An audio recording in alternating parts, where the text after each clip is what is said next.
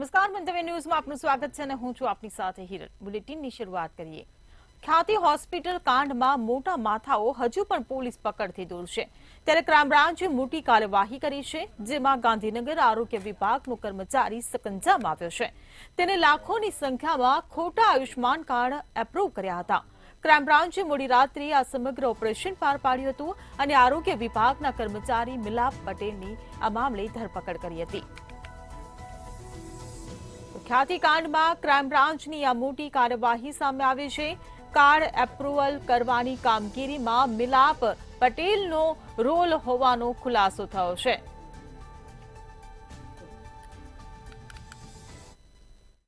હોસ્પિટલે કરેલા કાંડની અંદર જે તપાસ ચાલી રહી છે તેમાં ક્રાઇમ બ્રાન્ચે એક પછી એક પોતાના પત્તા ખોલી રહી છે। તાજેતરમાં જ આરોગ્ય વિભાગમાં કરાર આધારિત ફરજ બજાવતા મિલાપ પટેલ નામના એક કર્મચારીની ધરપકડ કરી છે અને તેની પૂછપરછ પણ અત્યારે હાલ ચાલી રહી છે। ખ્યાતિ કાંડની અંદર જે કાર્ડ એપ્રુવલ કરવામાં આવતા હતા તેની કામગીરી સાથે સંકળાયેલા મિલાપ પટેલની અટકાયત કરીને પૂછપરછ કરવામાં આવી છે। આ બાબતે PMJYના ડેપ્યુટી ડાયરેક્ટર ગાંધી સાહેબે મીડિયા સમક્ષ નિવેદન આપતા એમ પણ કહ્યું હતું કે આ જે મિલાપ પટેલ છે તેને ક્રાઇમ બ્રાન્ચ તરફથી પૂછપરછ કરવામાં આવી રહી છે। જોકે જે યાદી મંગાવવામાં આવી હતી કામગીરીની તેના એ યાદીની અંદર મિલાપ પટેલનો એક નંબર મળ્યો હતો, જે શંકાના દાયરામાં ક્રાઇમ બ્રાન્ચમાં આવ્યો હતો, જેના આધારે ક્રાઇમ બ્રાન્ચે મિલાપ પટેલની પૂછપરછ તેજ કરી હતી અને આખા ખુલાસા બહાર આવ્યા હતા। આ ઘટનામાં જો બીજી વખત જોવા જઈએ તો આ કાંડની અંદર હજુ પણ અન્ય લોકો સંડોવાયેલા હોવાની શંકાના આધારે એક પછી એકની ધરપકડ અને અટકાયતો અને પૂછપરછ ક્રાઇમ બ્રાન્ચ કરી રહી છે। એટલે કે આ રેલો છેક ઉચ્ચ અધિકારી અથવા તો ઉચ્ચ કોઈ વ્યક્તિ સુધી પહોંચે તો નવાઈ નહીં। ખ્યાતિ કાંડની અંદર વધુ નામ ખુલવાની પણ સંભાવનાઓ વ્યક્ત કરવામાં આવી રહી છે। હાલ મિલાપ પટેલ ઉપરાંત અન્ય 3 અધિકારીઓને પણ ક્રાઇમ બ્રાન્ચે પૂછપરછ માટે અટકાયત કરી હોવાના તાજેતરમાં અહેવાલ પ્રાપ્ત થયા છે। ત્યારે આ કાંડ અને જે PMJY ની યોજના હતી તેની અંદર જે ષડયંત્ર ચાલતું હતું તેમાં અત્યારે મિલાપ પટેલ ઉપરાંત અન્ય અધિકારીઓની ક્રાઇમ બ્રાન્ચ પૂછપરછ કરી રહી છે।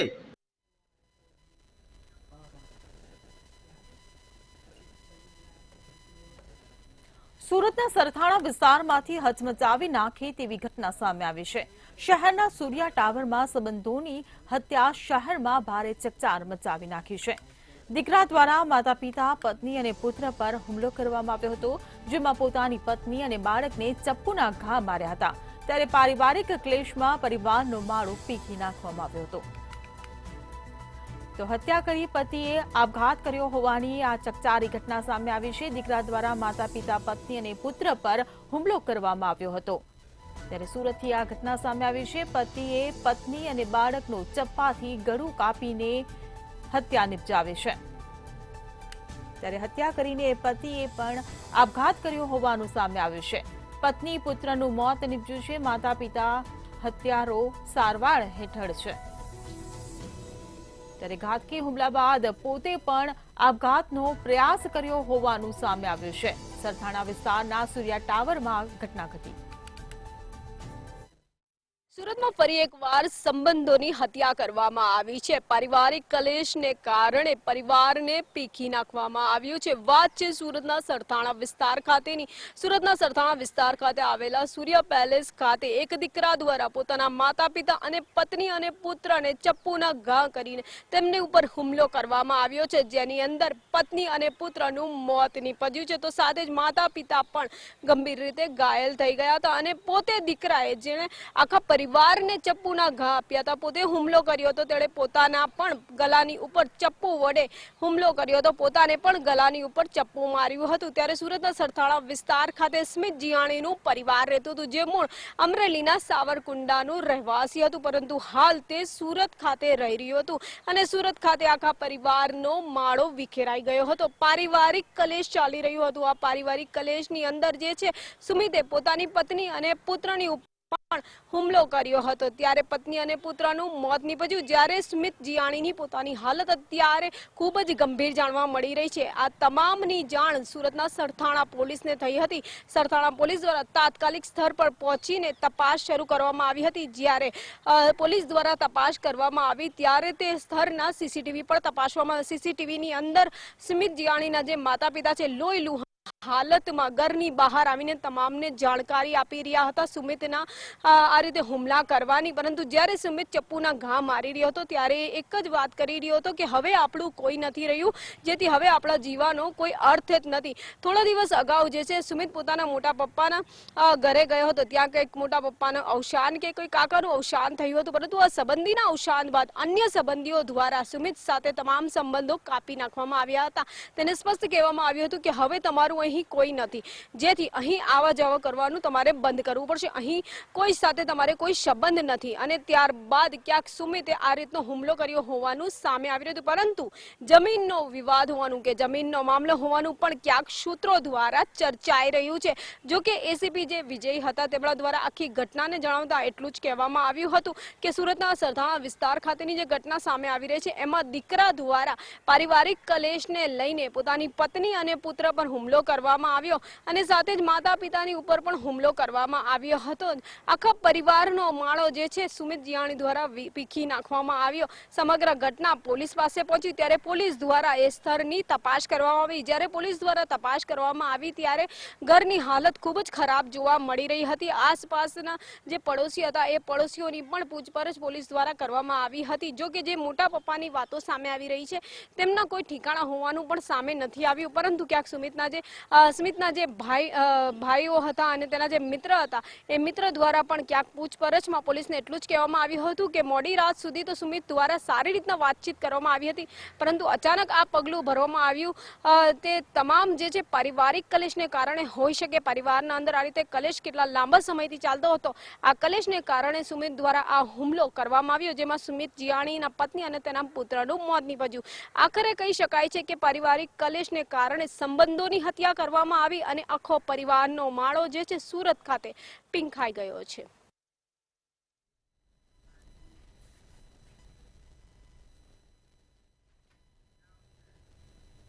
વર્ષ બદલાય એ પહેલા જ દારૂનું ખુલ્લેઆમ વેચાણ થતું હોવાની ઘટના સામે આવી છે. તો મહત્વના સમાચાર મળી રહ્યા છે. વર્ષ બદલાય તે પહેલા જ ખુલ્લેઆમ દારૂનું વેચાણ. માંડવી બીચ પર ખુલ્લેઆમ દારૂ બિયરનું વેચાણ થતું હોવાની ઘટના સામે આવી. સ્કૂટર પર બોટલો ટીન મૂકી બૂમો પાડીને દારૂનું વેચાણ કરવામાં આવી રહ્યું છે. ત્યારે પ્રવાસીઓને ખુલ્લેઆમ દારૂ પીવાની ઓફર પણ કરવામાં આવી રહી છે. તો માંડવી બીચ પર ખુલ્લેઆમ દારૂ બિયરનું વેચાણ કરાતું હોવાની આ ચકચારી ઘટના સામે આવી છે. તો મહત્વના સમાચાર મળી રહ્યા છે. વર્ષ બદલાય તે પહેલા જ ખુલ્લેઆમ દારૂનું વેચાણ થઈ રહ્યું છે. માંડવી બીચ પર ખુલ્લેઆમ દારૂ બિયરનું વેચાણ થઈ રહ્યું છે. ભાઈ આવી જાઓ, માંડવી બીચે આવ્યા ને દારૂ ન પીધો તો શું કર્યો? આવી જાઓ, દારૂ લો, દારૂ લો. ભાઈ આવી જાઓ, માંડવી બીચે આવ્યા ને દારૂ ન પીધો તો શું કર્યો? આવી જાઓ, દારૂ લો, દારૂ લો. તો માંડવી બીચ પર ખુલ્લેઆમ દારૂનું વેચાણ કરવામાં આવી રહ્યું છે. વર્ષ બદલાય તે પહેલા જ ખુલ્લેઆમ દારૂનું વેચાણ થઈ રહ્યું છે. સંવાદદાતા મહેન્દ્ર મારો આપણી સાથે ફોન લાઈન પર જોડાઈ ગયા છે. જી મહેન્દ્ર, વર્ષ બદલાય તે પહેલા જ માંડવી બીચ પર ખુલ્લેઆમ દારૂનું વેચાણ થઈ રહ્યું છે. કાયદાના ધજાગરા ઉડી રહ્યા છે, શું કહેશો?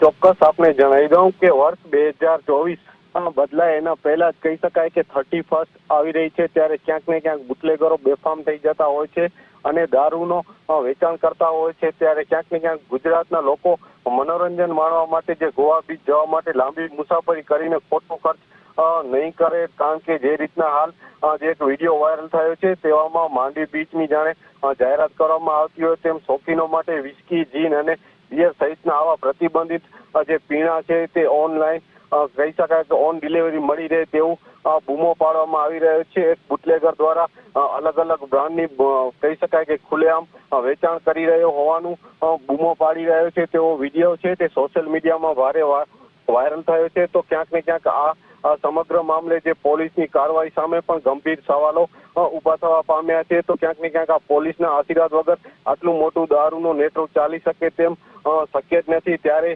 એસએમસી જેવી કોઈ એજન્સી આવીને આવો જે કહી શકાય કે જે દારૂનું વેચાણ થતું હોય તેનું પર્દાફાશ કરે તે જરૂરી બન્યું છે. જી મહેન્દ્ર, સમગ્ર માહિતી બદલ આભાર. તો માંડવી બીચ પર ખુલ્લેઆમ દારૂ બિયરનું વેચાણ થઈ રહ્યું છે.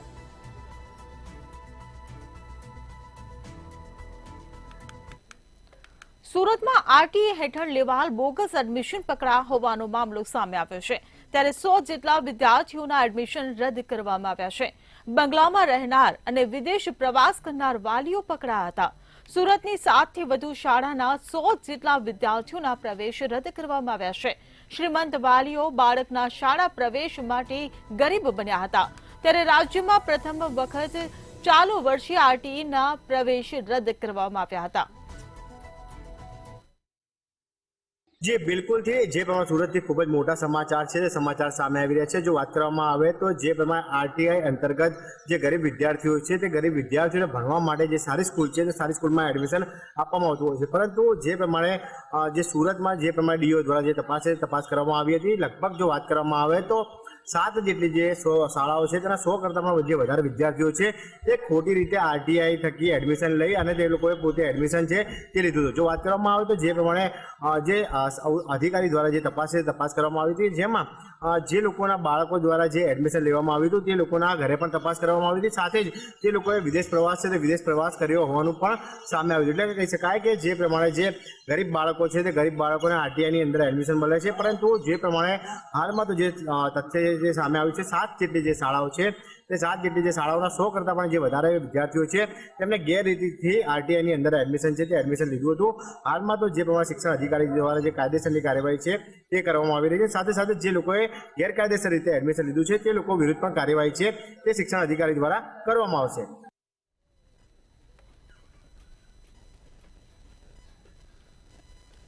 વડોદરાના શખ્સના નામે ગાંધીનગરમાં સ્કોલરશીપ લેવામાં આવી છે. વડોદરામાં એલઆઈસી એજન્ટનું કામ કરતા યુવકના નામે ગાંધીનગરના બહિયલ એફડી ઇન્સ્ટિટ્યૂટ ઓફ એન્જિનિયરિંગમાં ડિપ્લોમા કોર્સમાં એડમિશન લઈ બારોબાર સમાજ કલ્યાણ વિભાગમાંથી સ્કોલરશીપ મેળવી લેવામાં આવી હોવાનું રેકેટ બહાર આવ્યું છે. આ મામલે યુવકે પોલીસમાં અરજી આપી હતી, જેના પગલે સેક્ટર 7 પોલીસે અજાણ્યા ઇસમ વિરુદ્ધ ગુનો નોંધીને આગળની વધુ તપાસ હાથ ધરી છે. સ્કોલરશીપનું રેકેટ ઝડપાયું છે. વડોદરાના શખ્સે પોલીસમાં આ મામલે અરજી આપી છે. વડોદરાના પાદરા તાલુકાનો એક યુવાન પ્રતિક પરમાર નામનો આ યુવાન એલઆઈસી એજન્ટ તરીકે હાલ અલકાપુરીમાં કામ કરી રહ્યો છે. થોડા સમય અગાઉ એને જાણવા મળ્યું કે જ્યારે એ અભ્યાસ કરી રહ્યો હતો અને તેની સ્કોલરશીપ કોઈ અન્ય ઇસમે લઈ લીધી હોવાનું તેને જાણ થઈ હતી. સમગ્ર મામલે તેને અવારનવાર કેટલીય ઠોકરો ખાધી, અલગ અલગ જગ્યાએ રજૂઆતો કરી, પરંતુ કોઈ પણ પ્રકારનું આ વાતનું નિરાકરણ ન આવ્યું.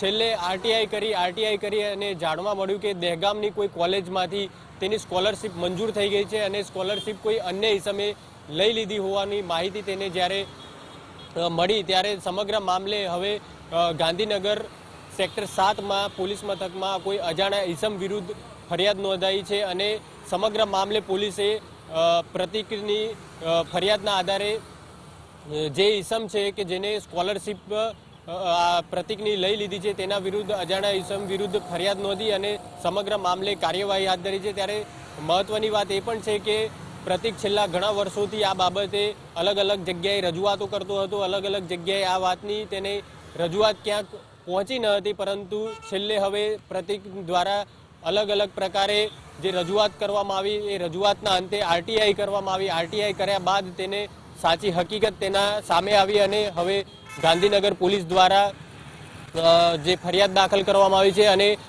જે ઈસમ છે તેના વિરુદ્ધ ફરિયાદ દાખલ કરી અને હવે કાર્યવાહી હાથ ધરવામાં આવી છે. ત્યારે સૌથી મોટી વાત એ પણ છે કે આ પ્રકારે કેટલાય વિદ્યાર્થીઓની સ્કોલરશીપ અન્ય ઈસમો ઉપાડી લેતા હોય છે, પરંતુ ક્યાંક એ વાતો દબાઈ જતી હોય છે. પરંતુ આ પાદરાનો જે વતની છે પ્રતિક પરમાર, તેને હવે ન્યાય મળવા જઈ રહ્યો છે અને તેને સ્કોલરશીપ જે છે તે જેને ઈસમે લઈ લીધી છે તેના વિરુદ્ધ ફરિયાદ પણ દાખલ થઈ ગઈ છે અને સેક્ટર 7 ગાંધીનગર પોલીસ હવે સમગ્ર ફરિયાદને આધારે તપાસ પણ કરી રહી છે.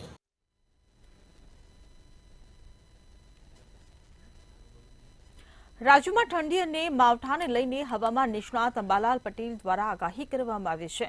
ત્યારે હવામાન નિષ્ણાત અંબાલાલ પટેલે જણાવ્યું કે આગામી 28 ડિસેમ્બર સુધી રાજ્યમાં માવઠા થશે તેમજ આગામી 24 જાન્યુઆરીથી રાજ્યમાં પુનઃ ઠંડીમાં વધારો થશે.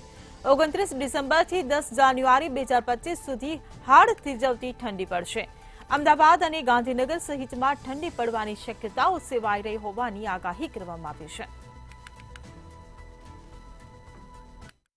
અત્યારે કહી શકાય કે શિયાળાની ઋતુ છે, ઠંડીનો ચમકારો છે, ત્યારે હવામાન નિષ્ણાત અંબાલાલે જે રીતના આગાહી કરી છે કે આવનારા દિવસોમાં મધ્ય ગુજરાત, દક્ષિણ ગુજરાત અને ઉત્તર ગુજરાતમાં કમોસમી વરસાદ વરસવાની સંભાવના ખૂબ જ રહેલી છે, જેને લઈને હવે ખેડૂતો પણ ચિંતામાં મુકાયા છે, કારણ કે જે રવિ પાકો છે તે ઉભો પાક છે તેને નુકસાન થઈ શકે છે. ખાસ કરીને જે રીતના અંબાલાલે આગાહી કરી છે તેમાં પશ્ચિમ બંગાળની ખાડી અને અરબ સાગરની અંદર આવનારા દિવસોની અંદર લો પ્રેશરને લઈને સિસ્ટમ સર્જાશે અને તેને લઈને સાયક્લોન ઉભું થવાની સંભાવના પૂરેપૂરી છે, જેમાં કહી શકાય કે ગુજરાતના અનેક જિલ્લાની અનેક ભાગની અંદર વાદળો છે તે તાંડવ કરશે અને વરસાદ છે તે વરસવાની સંભાવના પૂરેપૂરી છે.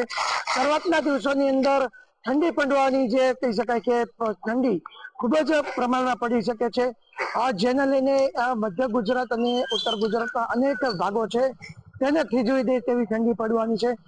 સાથે જ વાત કરીએ તો 3જી તારીખથી લઈને કહેવાય કે વરસાદની આગાહી છે તે પણ કરવામાં આવી છે અને વરસાદ કહેવાય કે જે વરસશે તેને લઈને ખેડૂતોને પણ સાવચેત કરવાની જે જાણકારી છે અંબાલાલ દ્વારા આપવામાં આવી છે. હાલ તો અંબાલાલની આગાહીને લઈને કહેવાય કે ખેડૂતોની અંદર ખાસ ચિંતા પ્રસરી છે, કારણ કે અનેક જે શાકભાજી છે, ટુવાર, રીંગણ અને જે ઉભા પાક હોય છે તે ઉભા પાકને પણ મોટા ભાગે નુકસાન થવાની થઈ શકે છે. બીજી તરફ સૌથી વધારે કહી શકાય કે કચ્છ સૌરાષ્ટ્રની અંદર જો વરસાદ વરસે તો સૌરાષ્ટ્રમાં હાલ જે કપાસ છે તે કપાસની સિઝન શરૂ હોય છે, કારણ કે કપાસનો અત્યારે ઉતારો લેતા હોય છે અને કપાસ જે છે તેના ફૂલ છે તે મોટા ભાગના અત્યારે ફૂલ છે તે આવી જતા હોય છે અને કપાસ છે તે શિયાળાની ઋતુની અંદર સૌરાષ્ટ્રમાં ખેડૂતો છે તે ઉતારતા હોય છે, પરંતુ જો વરસાદ વરસે તો આ તમામ કપાસ છે તે પલળવાથી નષ્ટ પામે છે, તેથી ખેડૂતોને મોટા પ્રમાણમાં નુકસાન થઈ શકે છે. બીજી તરફ ડુંગળીનો જે પાક છે તેનો પણ ઉતારો થઈ ગયો છે અને વરસાદ વરસે તો આ ડુંગળીનો પાક સાચવવા માટે ખેડૂતો પાસે જો કોઈ કહી શકાય કે કોઈ વ્યવસ્થા ન હોય તો વ્યવસ્થાના અભાવને લઈને ડુંગળી પણ મોટા ભાગે ખરાબ થવાની સંભાવના છે. સાથે કહેવાય કે જે જીરું છે, જીરા જેવી છે, જીરું અનેક શાકભાજીઓ એવા છે જે ઉભો પાક કહેવાય છે, તે તમામ પ્રકારના શાકભાજીઓને પણ મોટા પ્રમાણમાં નુકસાન થઈ શકે છે. શિયાળાની ઋતુમાં ખાસ કરીને ગુવાર અને રીંગણા છે તેની સિઝન ગણાતી હોય છે, કારણ કે શિયાળાની ઋતુનો રાજા કહેવાતો હોય છે રીંગણ, અને વરસાદ જો કમોસમી વરસે તો રીંગણના જે છોડવાઓ છે તેને મોટા ભાગે નુકસાન થશે. હાલ તો અંબાલાલની જે આગાહી છે તેને લઈને કહી શકાય કે ખેડૂતોમાં ચિંતા પ્રસરે છે. આવનારા સમયમાં 3જી તારીખથી 10 તારીખ સુધીની અંદર ગુજરાતના અનેક ભાગોમાં વરસાદ વરસી શકવાની સંભાવના વ્યક્ત કરવામાં આવી છે.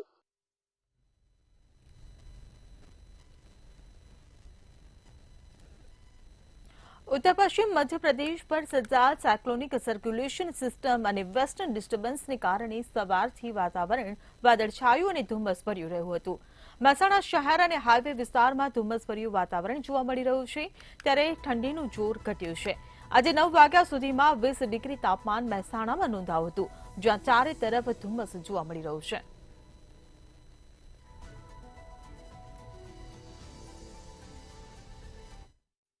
ઉત્તર પશ્ચિમ મધ્યપ્રદેશ પર સર્જાયેલા સાયક્લોન સર્ક્યુલેશન સિસ્ટમ અને વેસ્ટર્ન ડિસ્ટર્બન્સના કારણે ગઈકાલ સવારથી જ વાતાવરણમાં વાદળછાયું વાતાવરણ અને ધુમ્મસ ભરી રહ્યું હતું, અને તેમજ આજે પણ સવારથી છવાયેલા ધુમ્મસના કારણે સામાન્ય દિવસો કરતા જે ગઈકાલે સાંજે 5:30 વાગ્યાના આસપાસ અંધારપટ જેવી પરિસ્થિતિ ઊભી થતા હાઈવે પર લોકો પસાર થતા હતા, ત્યારે વાહન ચાલકોને વહેલાસર ગાડીઓની લાઇટો ચાલુ કરવી પડી હતી અને વિઝિબિલિટી ઘટવાના કારણે લોકોને દેખાવા માટે દેખાતું ન હોય તેવું ધુમ્મસભર્યું વાતાવરણ હતું, તેને કારણે લોકોએ લાઇટો પણ વહેલી ચાલુ કરી. જો કે આજે પણ મહેસાણા શહેર અને હાઈવે વિસ્તારમાં ધુમ્મસભર્યું વાતાવરણ જોવા મળી રહ્યું છે, ત્યારે ઠંડીનું જોર ઘટ્યું છે અને 9 વાગ્યા સુધીમાં જો 20 ડિગ્રી તાપમાન હતું અને મહેસાણામાં નોંધાયું હતું અને જ્યાં ચારે તરફ ધુમ્મસ જોવા મળી રહ્યું છે અને ક્યાંક ને ક્યાંક આવા વાતાવરણના કારણે ખેડૂતોમાં ચિંતા ઊભી થઈ છે અને જે ખેતરોમાં રવિ પાક વાવ્યો છે તેને નુકસાનની ભીતિ સેવાઈ રહી તેવું હાલ ખેડૂતો ચિંતામાં આવ્યા છે.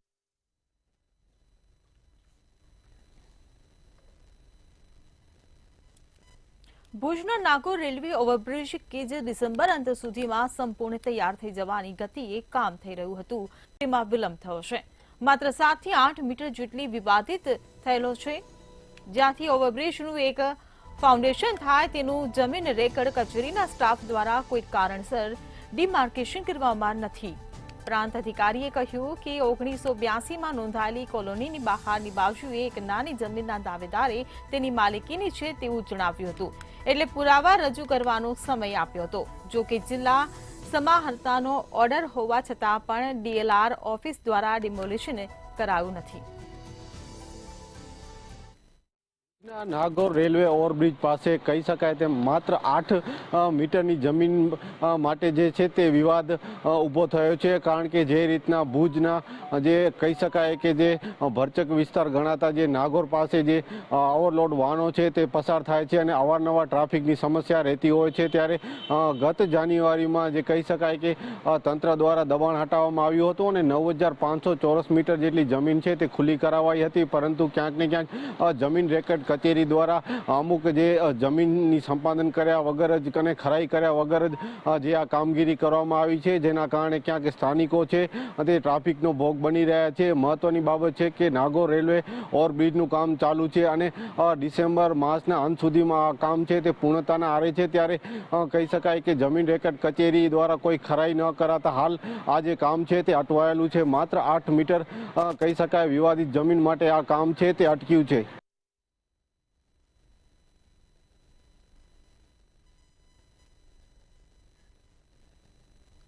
જૂનાગઢના જાલણસરમાં ગ્રામસભાનો બહિષ્કાર કરવામાં આવ્યો હોવાનું સામે આવ્યું છે, ત્યારે પ્રદૂષિત પાણીના કારણે ગામ લોકોમાં ભારે રોષ જોવા મળ્યો છે.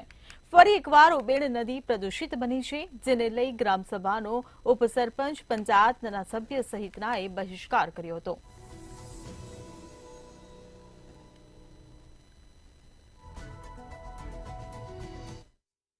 કે જે રીતે તમામ ગામની અંદર ગ્રામ સભાનું આયોજન થતું હોય છે, પરંતુ જાલરસણ ગામે જે ગામોના વિકાસ અને ગામોના પડતર પ્રશ્નોને લઈને આજે એક ગ્રામ સભાનું આયોજન કરાયું હતું, પરંતુ ઉપસરપંચ સહિતનાઓ દ્વારા આ ગ્રામ સભાનો બહિષ્કાર કરવામાં આવ્યો છે. તેનું કારણ એક જ છે કે પ્રદૂષિત પાણી આ જાલણસર ગામ પાસેથી ઉબેડ નદી પસાર થાય છે અને તેમાં પ્રદૂષિત પાણી એટલે કે કેમિકલ યુક્ત પાણી છોડવામાં આવે છે. જે રીતે જેતપુર ડાઇંગ એસોસિએશન દ્વારા જે સાડીના ઘાટો હોય છે તે નદી કાંઠે હોય છે અને તેમાંથી પાણી છોડી અને આ ઉબેડ નદીમાં આવતું હોય છે. ઉબેડ નદીમાં પાણી આવવાથી જુનાગઢ તાલુકાના અનેક ગામો પ્રભાવિત થાય છે અને જેના કારણે છેલ્લા 12 વર્ષથી આ પ્રશ્ન જે છે તે વેસેની સ્થિતિમાં છે. અનેકવાર સરકારમાં પણ આ રજૂઆત થઈ ચૂકી છે. જુનાગઢ પ્રદૂષણ બોર્ડને પણ રજૂઆત કરવામાં આવી છે, કલેક્ટરને પણ રજૂઆત કરવામાં આવી છે, પરંતુ આજ દિવસ સુધી આ પ્રદૂષિત પાણી, કેમિકલ યુક્ત પાણીનો કોઈ પણ ઉકેલ આવ્યો નથી ને જેના કારણે આજે જે ગ્રામ સભા છે તે બહિષ્કાર કરવામાં આવ્યો હતો. ગ્રામ સભાની સાથે એક પણ સરકારી કાર્યક્રમ આ ગામમાં નહીં કરી દેવામાં આવે અને સરકારી કાર્યક્રમની અંદર સહકાર પણ નહીં આપવામાં આવે તેવી સરપંચ સહિતનાઓ દ્વારા છે તે ચીમકી ઉચ્ચારવામાં આવી હતી અને આજે ગ્રામ સભાનો બહિષ્કાર કરાયો હતો. પ્રદૂષિત પાણી ફરી છોડવામાં આવી રહ્યું છે, કેમિકલ યુક્ત પાણી જેતપુર ડાઇંગ એસોસિએશન દ્વારા, અને જેને લઈને હવે લોકોના જીવ સાથે ફરી એકવાર ખતરો થવાની ભીતિ છે. અનેક વાર રજૂઆતો થઈ છે, ખેતરો બંજર થઈ ગયા છે, ખેડૂતો ખેતી નથી કરી શકતા, જ્યારે લોકોના જે કુવા અને બોરમાં પણ આ પાણી ભર્યું છે ને જેના કારણે લોકોની સ્થિતિ હાલ બેહાલ થયા છે. જેને લઈને આજે ગ્રામ સભાનું આયોજન હતું ને જેની અંદર ગ્રામ સભામાં મુખ્ય સવાલ પ્રદૂષિત પાણીનો હતો, પરંતુ પ્રદૂષિત પાણીનો જ્યાં સુધી ઉકેલ નહીં આવે અને આ પાણી બંધ નહીં થાય ત્યાં સુધી જાલણસર ગામમાં એક પણ ગ્રામ સભા નહીં યોજાય કે સરકારી કામો કે સરકારી કાર્યક્રમો નહીં થવા દે તેવી ચીમકી ઉચ્ચારવામાં આવી છે.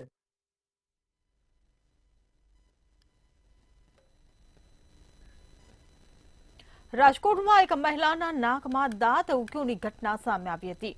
નાકમાં જમણી બાજુથી અવરોધ સાથે દુર્ગંધ મારતું પ્રવાહી નીકળતું હતું. એટલું જ નહીં, ગંભીર માથાનો દુખાવો અને વારંવાર થતી શરદીની સમસ્યાથી આ મહિલા પરેશાન થતા હતા. છેલ્લા 10 વર્ષથી તેઓ આ સમસ્યાથી પીડાતા હતા. જો કે ખાનગી હોસ્પિટલના ડોક્ટરે નાકની એન્ડોસ્કોપી અને સીટી સ્કેન કરતા નાકમાં જમણી બાજુ દાંત જેવી રચના મળી હતી. તે ગ્રેન્યુલેશન ટિશ્યુ અને પ્રવાહીથી ઘેરાયેલી હતી અને એક્ટોપિક ટૂથ તરીકે ઓળખવામાં આવે છે. જે દાંત ખોટી જગ્યાએ ઉગે ત્યારે થાય છે. તેને સફળ સર્જરી કરવામાં આવી હતી.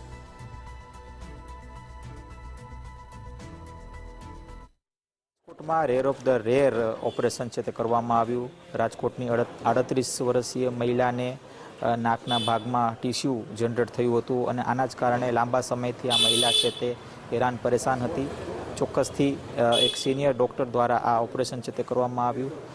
સમગ્ર વિશ્વની વાત કરવામાં આવે તો વિશ્વભરમાં 50 જેટલા આ કેસ ક્યાંક ને ક્યાંક નોંધાયા છે. નાકના અંદરના ભાગમાં ટીશ્યુ એટલે કે દાંત જેવા જે ટીશ્યુ છે તે જનરેટ થતા લાંબા સમયથી આ મહિલા ને ક્યાંક ને ક્યાંક શ્વાસ લેવામાં તકલીફ થતી હતી અને આને જ લઈને ડૉક્ટરે પહેલાં તપાસ કરી. ખાસ તો એન્ડોસ્કોપી દ્વારા તપાસ કરતાં આ જે વાત છે તે સામે આવી હતી અને ખાસ તેનું ઓપરેશન છે તે કરવામાં આવ્યું અને ઓપરેશન સફળ નીવડ્યું. ખાસ આ પ્રકારની જે ઘટનાઓ છે તે ખૂબ જ રેર છે, એટલે કે rare of the rare operation કહી શકાય. સમગ્ર વિશ્વની જો વાત કરવામાં આવે તો 0.1થી લઈને 1% જેટલા કેસ છે તે ક્યાંક ને ક્યાંક આવા કેસ છે તે નોંધાય છે અને આનું ઓપરેશન છે તે રાજકોટમાં થતાં ક્યાંક ને ક્યાંક હાલ અત્યારે રાજકોટમાં આ ઓપરેશનને લઈને ચર્ચા શરૂ થઈ છે.